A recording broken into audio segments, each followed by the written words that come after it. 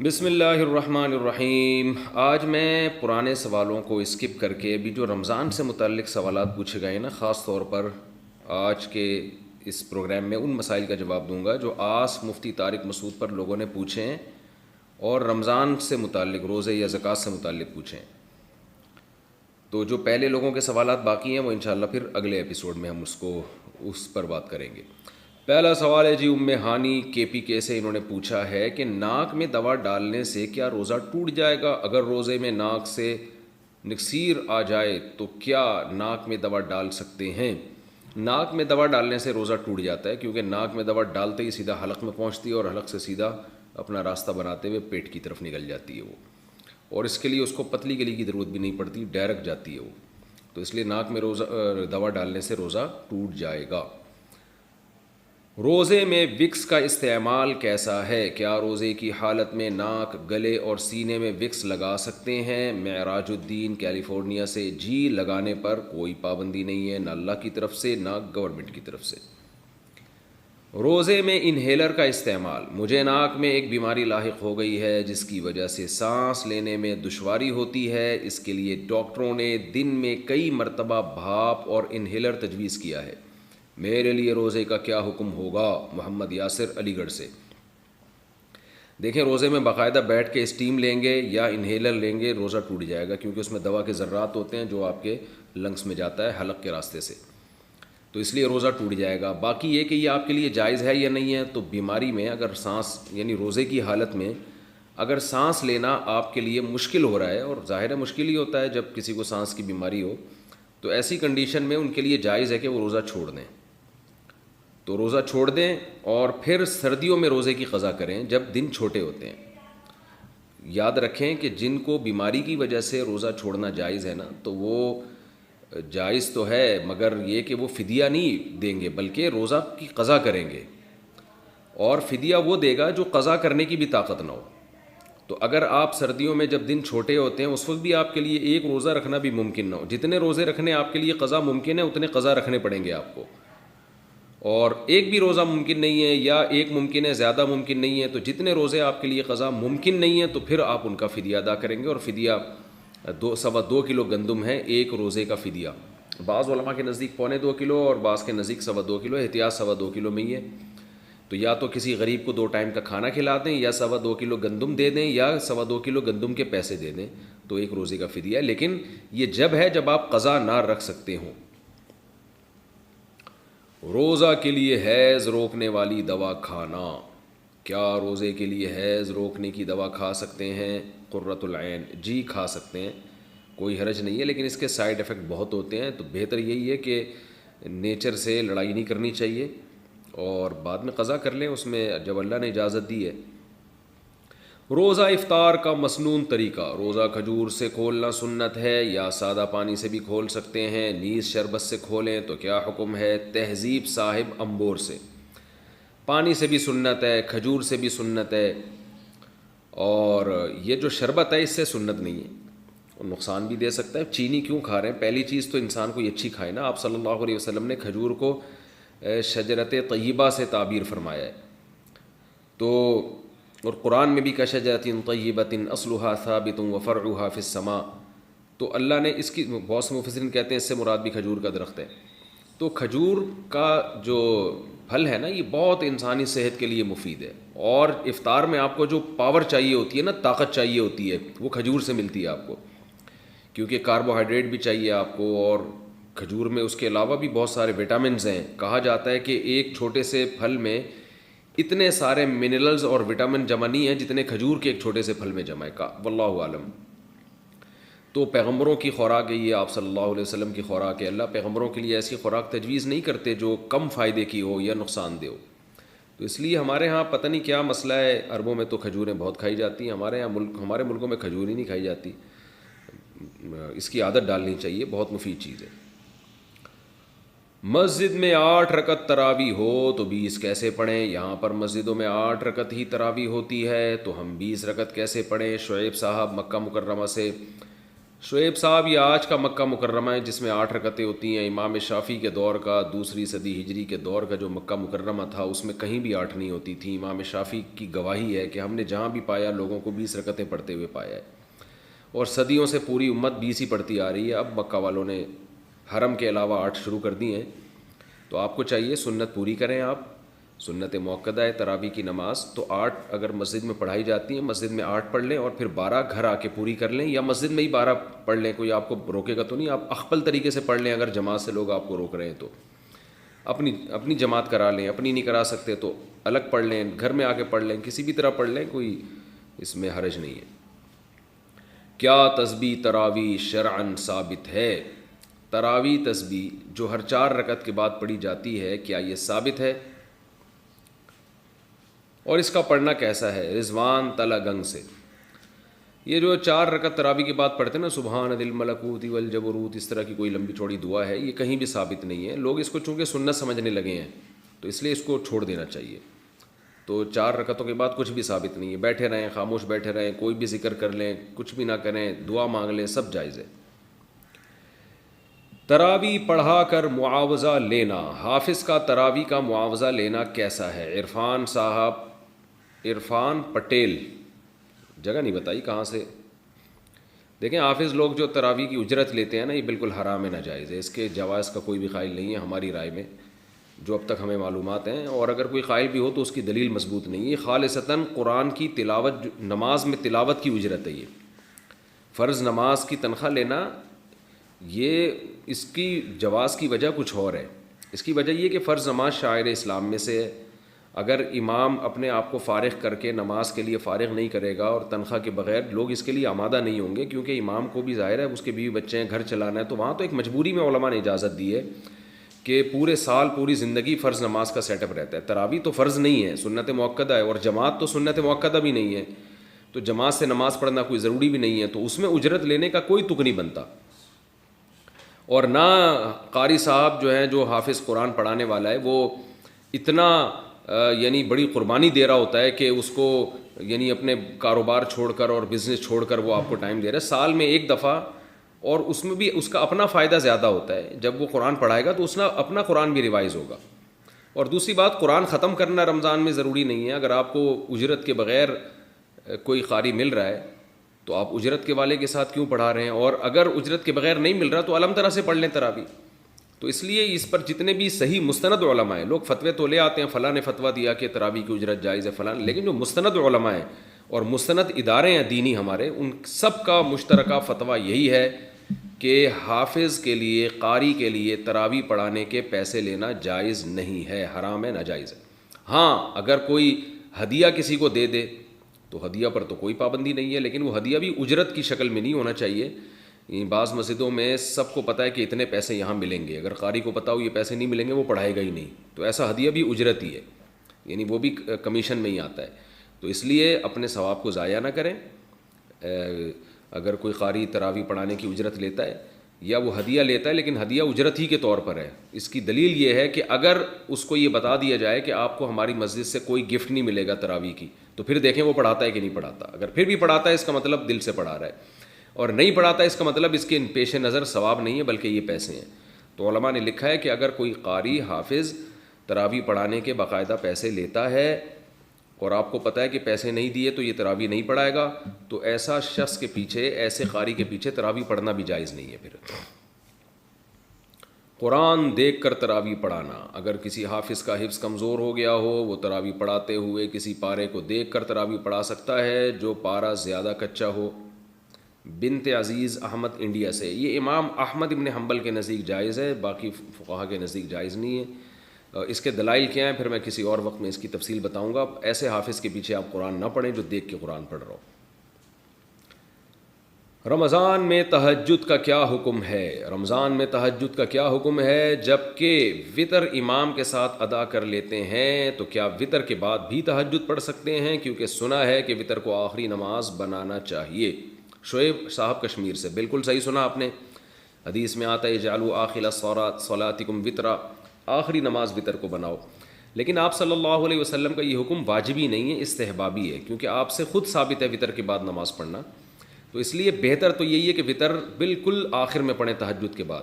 لیکن رمضان میں چونکہ وطر جماعت سے پڑھے جاتے ہیں تو جماعت کی فضیلت حاصل کرنے کے لیے آپ وطر پہلے پڑھ لیں اور پھر تہجد میں آنکھ کھلے تو تہجد بھی پڑھیں.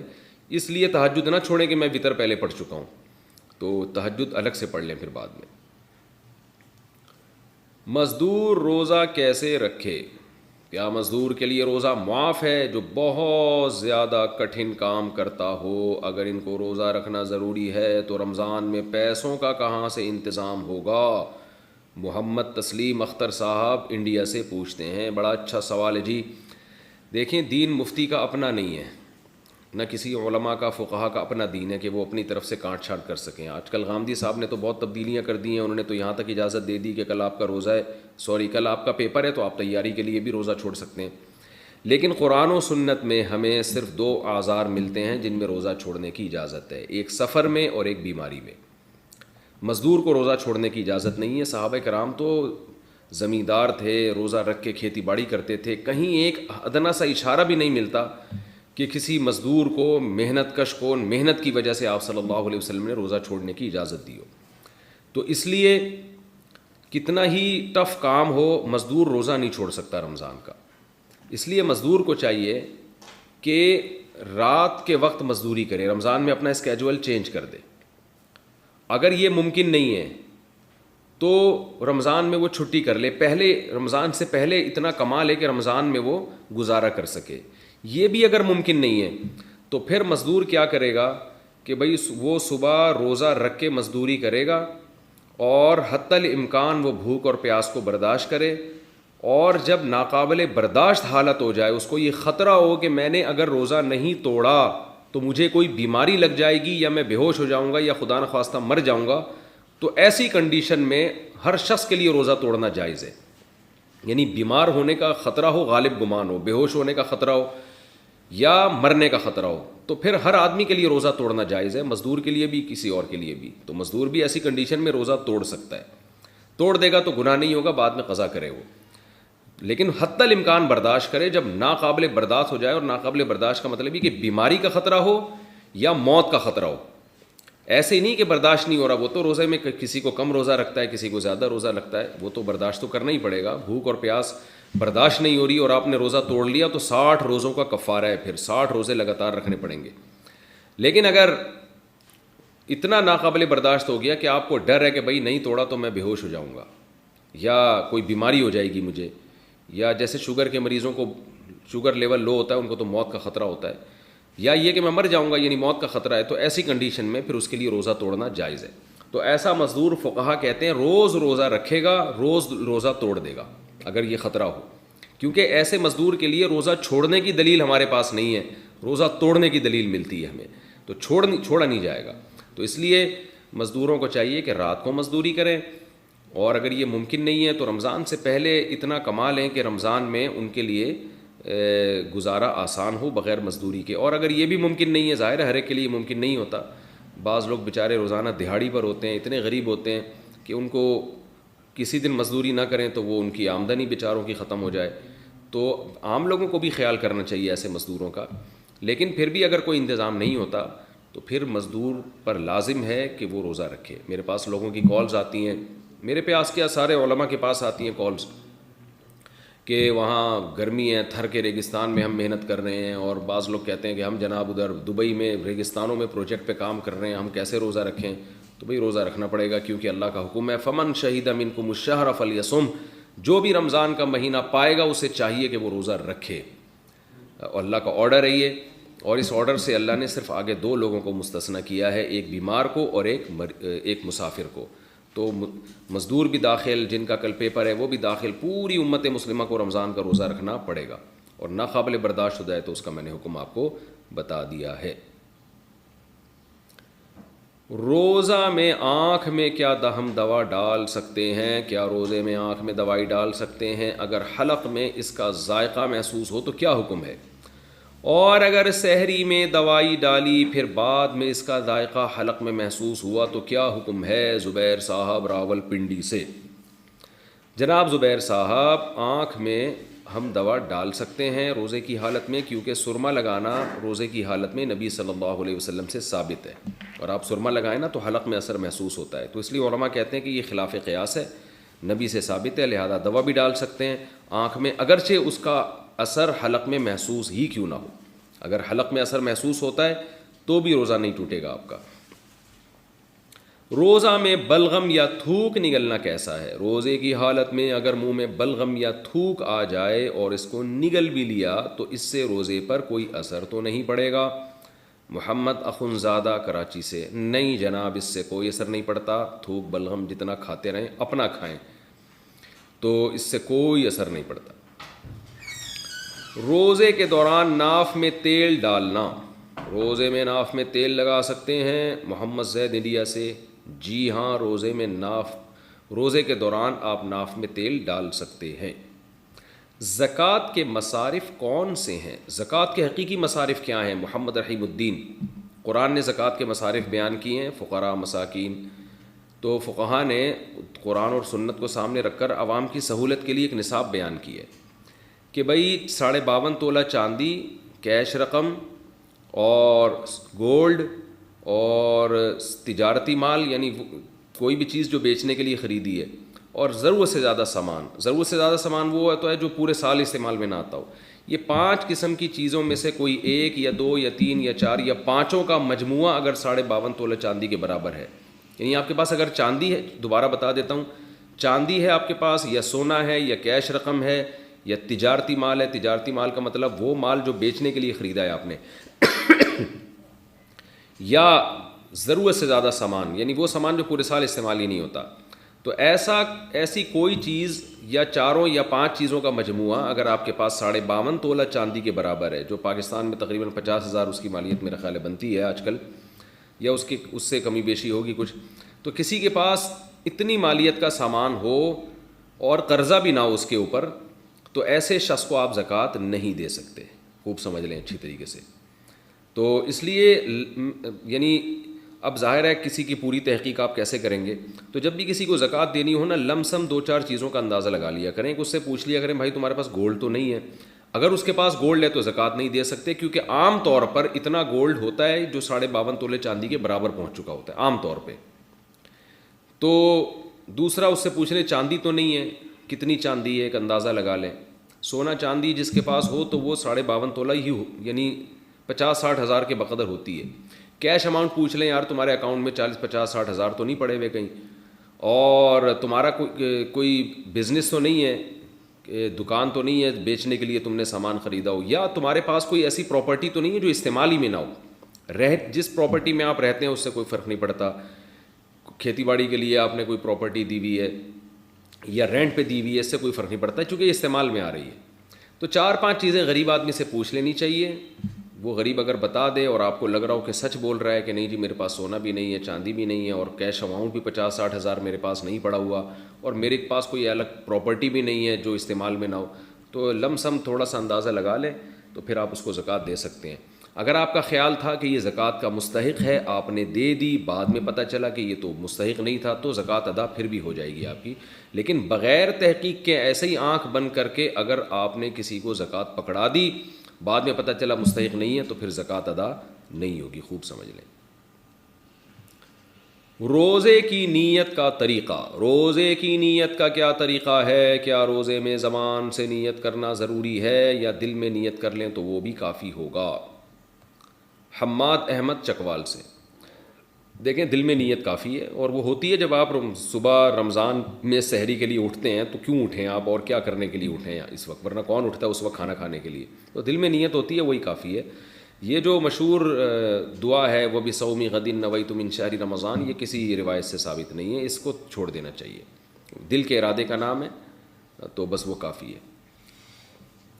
روزے میں مسواک کرنے کا حکم، روزے کے دوران مسواک کرنا کیسا ہے؟ نیز اگر مسواک کرتے ہوئے تھوڑا سا خون نکل آئے تو کیا حکم ہے؟ رفعت صاحبہ ڈیرہ غازی خان سے، روزے میں مسواک کرنا نہ صرف جائز ہے بلکہ سنت ہے، آپ صلی اللہ علیہ وسلم بہت کثرت سے روزے میں مسواک کیا کرتے تھے، اور اگر خون نکل آئے تو اس کو تھوک دیں، نگلنے کی اجازت نہیں ہے۔ روزے میں زوجہ سے کتنا تعلق رکھ سکتے ہیں روزے کے دوران؟ یہ ذرا حیا کے خلاف مسئلہ ہے لیکن بہت زیادہ پوچھا جاتا ہے تو میں بیان کر دیتا ہوں۔ اگر کوئی روزے کی حالت میں زوجہ سے صحبت کر لے تو کیا حکم ہے؟ بخزادہ دبئی سے۔ اگر روزے میں زوجہ سے صحبت کر لیا، آپ نے انٹر کر لیا، تو 60 روزے لگاتار رکھنے پڑیں گے۔ روزہ بھی ٹوٹ گیا، قضا بھی کرنی پڑے گی ایک، اور 60 روزے بھی لگاتار رکھنے پڑیں گے، یہ کفارہ ہے اس کا۔ اور اگر انٹرکورس نہیں کیا تو پھر جائز ہے۔ البتہ اگر کوئی مرد زوجہ سے تعلق کے دوران جو ہے نا مصاحبت کے دوران ڈسچارج ہو جائے تو مرد کا روزہ ٹوٹ جائے گا، لیکن کفارہ لازم نہیں ہوگا، قضا لازم ہوگی اور گناہ بھی ہوگا۔ افطاری سے پہلے اجتماعی دعا۔ اچھا، یہ جو روزے کی حالت میں اگر زوجہ سے ہم بستری کی ہے اور زوجہ بھی اس پہ راضی تھی تو بیوی پر بھی 60 روزے لگاتار واجب ہو جائیں گے اگر وہ روزے میں تھی۔ اگر وہ روزے سے نہیں تھی تو پھر شوہر پر، اور اگر کسی نے جبراً اس کے ساتھ اس طرح کیا ہے شوہر نے تو پھر صرف شوہر پر کفارہ لازم ہے، زوجہ پر کفارہ لازم نہیں ہوگا۔ ایسی صورت میں صرف قضا لازم ہوگی۔ بیٹھ کر، اچھا افطاری سے پہلے اجتماعی دعا، افطاری سے قبل سب گھر والوں کا مل کر اجتماعی دعا کرنا کیسا ہے؟ نور محمد سعودی عرب سے۔ جائز ہے لیکن اس کو سنت نہ بنا لیا جائے، اتنی پابندی نہ کی جائے کہ لوگ اس کو کل لازم سمجھنا شروع کر دیں۔ بہتر ہے کہ کبھی اجتماعی مانگ لیں، زیادہ تر انفرادی مانگیں، کبھی کبھار اجتماعی بھی مانگ لیا کریں، عام معمول اس کا نہ بنائیں ورنہ یہ چیز کل چل کے بدعت بن جائے گی۔ بیٹھ کر تراویح پڑھ سکتے ہیں؟ تراویح عذر یا بلا عذر بیٹھ کر پڑھنا جائز ہے یا نہیں؟ قاسم احمد انڈیا سے۔ جائز ہے، کوئی عذر نہ بھی ہو تو بھی بیٹھ کے تراویح پڑھ سکتے ہیں، لیکن ثواب آدھا ہو جائے گا۔ خواتین کی گھروں میں تراویح کی جماعت۔ کیا گھر کی خواتین مثلاً میری چاچی، تائی اور ان کی بیٹیاں وغیرہ میرے پیچھے گھر میں تراویح ادا کر سکتی ہیں؟ اگر ہاں کر سکتی ہیں تو اس کی کیا صورت ہوگی اور کس طرح صفیں بنائی جائیں گی؟ محمد صفان دہلی سے۔ جی کر سکتی ہیں اگر پردے کی مکمل پابندی ہو، اسی طرح صفیں بنیں گی کہ سب سے آگے آپ کھڑے ہوں گے، اور اگر کوئی مرد بھی ہے تو وہ آپ کے پیچھے، اور پھر پیچھے خواتین کی صف۔ عورت کا تراویح کی امامت کرنا۔ کیا لڑکی تراویح کی امامت کر سکتی ہے جبکہ پیچھے صرف خواتین ہوں؟ نیز اگر پیچھے لڑکا بھی کھڑا ہو جائے تو کیا حکم ہوگا؟ محمد تسلیم اختر انڈیا سے۔ تراویح میں خاتون کو امام بننا خواتین کا یہ مکروہ ہے، ناپسندیدہ ہے۔ پورے دور نبوت میں ایک واقعہ ہمیں اس کا ملتا ہے کہ امی عائشہ نے خواتین کو نماز پڑھائی تھی، بیچ میں کھڑے ہو کر، آگے نہیں کھڑی ہوئی تھی وہ۔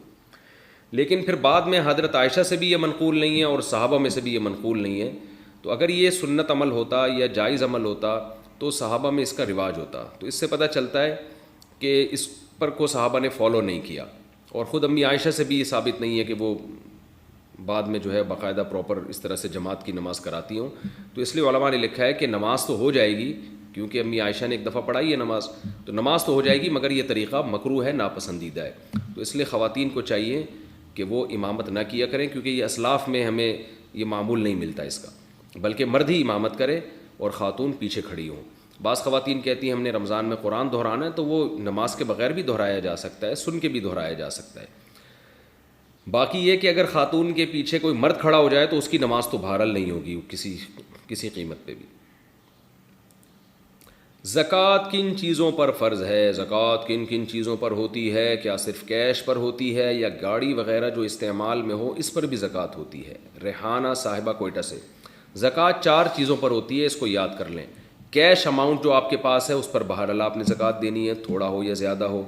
سونا اگر آپ کے پاس ہے اس پر بہرحال آپ نے زکوٰۃ دینی ہے، بشرطے کہ 52.5 تولہ چاندی کے برابر ہو اور سونے کے ساتھ بقیہ 3 چیزوں میں سے بھی کچھ ہو۔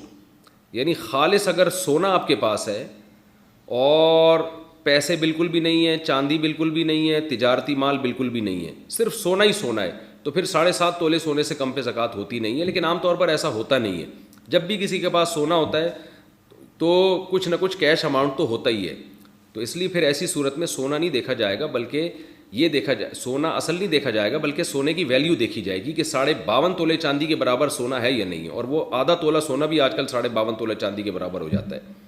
تو اس لیے دوبارہ بتا دیتا ہوں، 4 چیزیں دیکھنی ہے: سونا، چاندی، کیش اماؤنٹ اور سامان تجارت۔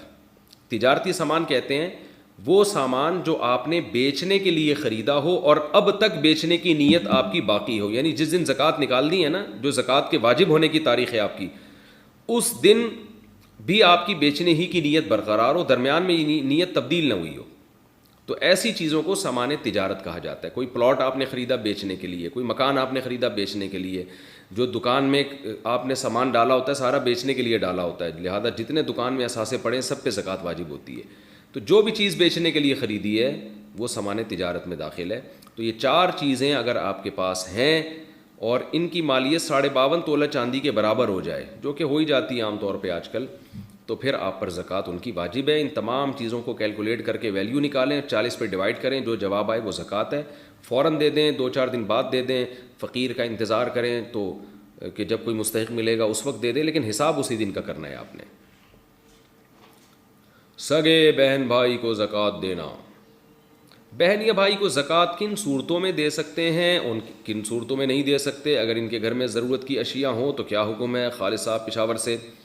دیکھیں، میں نے ابھی ریکارڈ کروایا ہے مسئلہ کہ زکوٰۃ کا مستحق کون ہے، یعنی 5 چیزیں کسی کے پاس اگر 52.5 تولہ چاندی کی قیمت کے برابر نہ ہوں تو آپ اس کو زکوٰۃ دے سکتے ہیں۔ یہ اتنا دیکھ لیا کریں بہن بھائیوں کے بارے میں، بھائی سونا تو نہیں ہے، چاندی تو نہیں ہے، کوئی ایسی پراپرٹی تو نہیں ہے جو استعمال میں نہ آ رہی ہو، ٹھیک ہے نا، اور یہ دیکھ لیا کریں کہ تجارتی چیز تو نہیں ہے، بزنس تو نہیں ہے، کچھ خرید کے بیچ رہے ہیں، تو یہ لم سم چند چیزوں کا، یا کوئی ایسا سامان تو نہیں پڑا ان کے گھر میں جو پورے سال استعمال میں ہی نہ آتا ہو۔ تو اگر ایسا نہیں ہے تو آپ ان کو زکوٰۃ دے سکتے ہیں، اور بہن بھائیوں کو زکوٰۃ دینا یہ زیادہ ثواب ہے، حدیث میں آتا ہے اس میں زکوٰۃ کا ثواب بھی ملے گا اور رشتہ داری کو جوڑنے کا ثواب بھی ملے گا۔ سسرالی رشتہ داروں کو زکوٰۃ دینا، کیا ساس سسر یا سالے کو زکوٰۃ دینا جائز ہے؟ عائشہ صاحبہ پشاور سے۔ جی، اگر وہ غریب ہے تو سالے کو زکوٰۃ دے دیں آپ، سالے کو، ہو سکتا ہے سالہ اسی بہانے کچھ ٹینشن دینا کم کر دے تو دے سکتے ہیں۔ ساس کو زکوٰۃ دے دیں، لیکن ساس کو اگر آپ نے یہ کہہ کے زکوٰۃ دی نا کہ یہ زکوٰۃ ہے تو ساس کا ساس پنا اور بڑھ جائے گا کہ میری بہو مجھے زکوٰتیں کھلا رہی ہے، بلکہ آپ نے اگر ساس کو زکوٰۃ دینی ہے تو گفٹ کا نام دے کے دیا کریں۔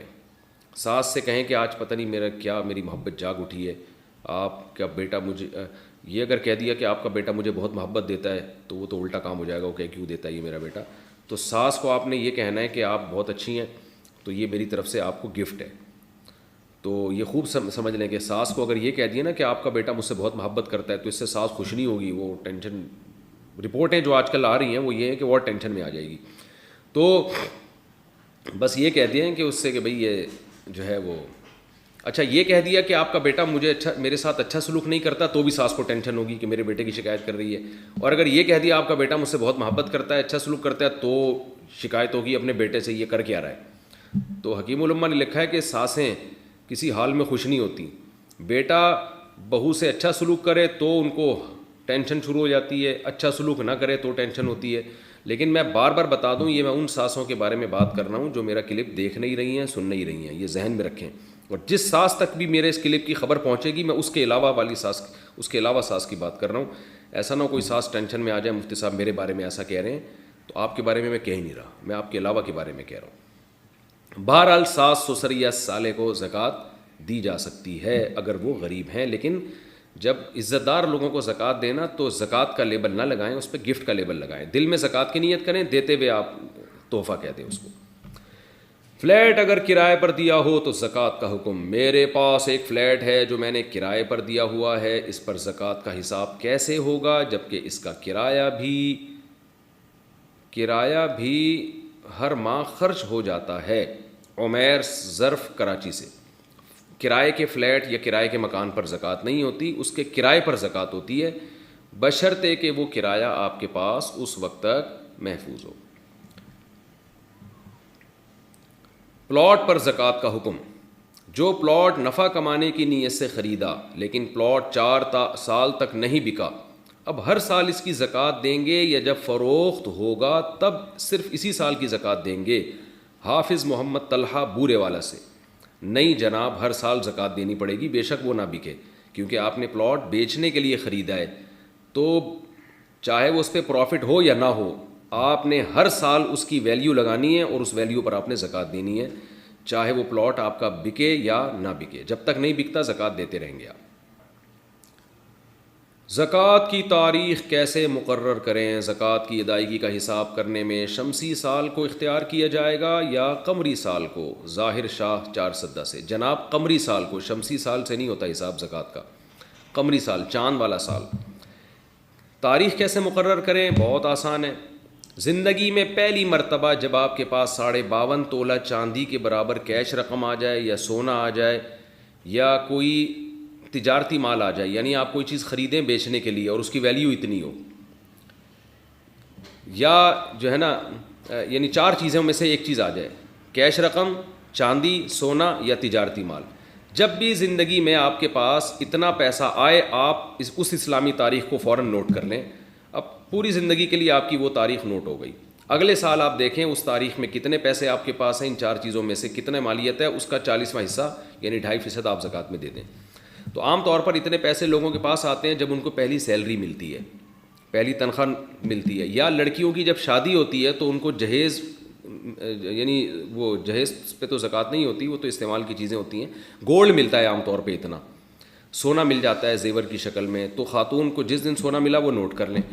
تو یا کسی کے والد کا انتقال ہو گیا تو وراثت میں کیش رقم بچوں کو مل جاتی ہے، تو وہ تاریخ نوٹ کر لیں۔ تو اس طرح سے جو ہے تاریخیں جو آپ سوچ کے نکال سکتے ہیں اگر بھول بھی گئے ہیں۔ تو اگر کوئی پہلے سے مالدار بن چکا ہے اور بہت زیادہ غور و فکر کر کے بھی کوئی تاریخ اس کو یاد نہیں آ رہی، تو پھر وہ خود سے کوئی تاریخ متعین کر لے، لیکن اصل طریقہ یہی ہے، اور یہی اصل وہ زکوٰۃ کی تاریخ ہوگی جس میں پوری زندگی پھر وہ اس پہ زکوٰۃ دے گا۔ ہاں، یہ تاریخ جب ختم ہوگی جب آپ کے پاس پورا نصاب ہی ختم ہو جائے۔